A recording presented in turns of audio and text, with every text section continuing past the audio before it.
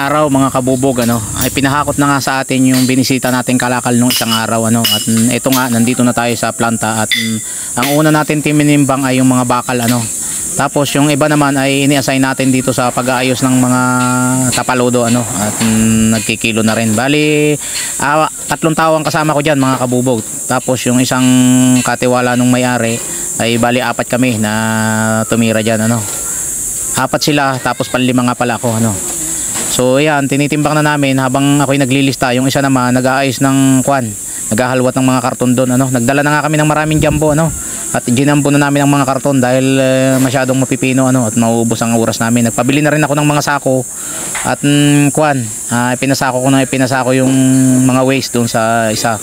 Ito naman mga lata ay ni-assign ko naman yung isa dito para siyang magsako ng mga lata, At pagkatapos nga namin doon ay pumunta naman kami sa kabilang side at may mga pinakilo pang mga bakal dito na kung tawagin ay mga katingin, Pag sinabing mga katingin mga kabubog ay oversize, yung mas mahaba sa 1 metro, yun ang tinatawag na katingin, At ito nga, binalikan ko itong nagsasako ng dito, ng waste.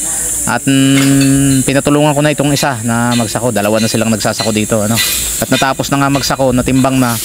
At nagkakarga na mga kabubog, Ngayon problemado kami kung paano pagkakasahin dahil yan ang pangarga.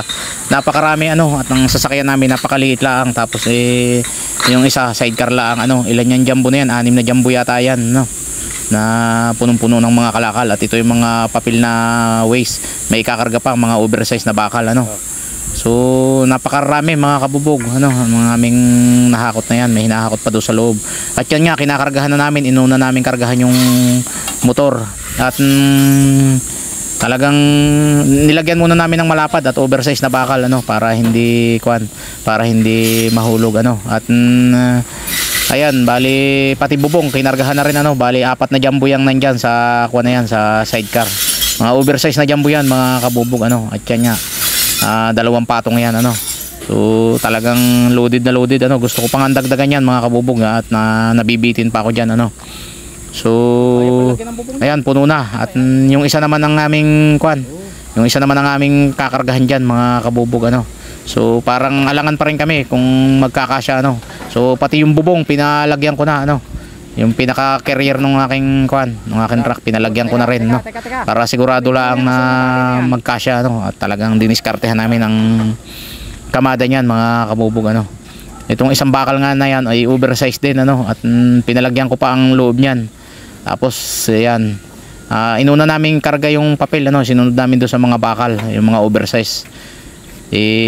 Saka ko ipinasunod yung mga papel, Tapos pagkatapos ng mga papel na yan, saka ko ipinakarga ang mga lata. Ayan, lata nang ikinakarga mga kabubog, malapit nang matapos yan.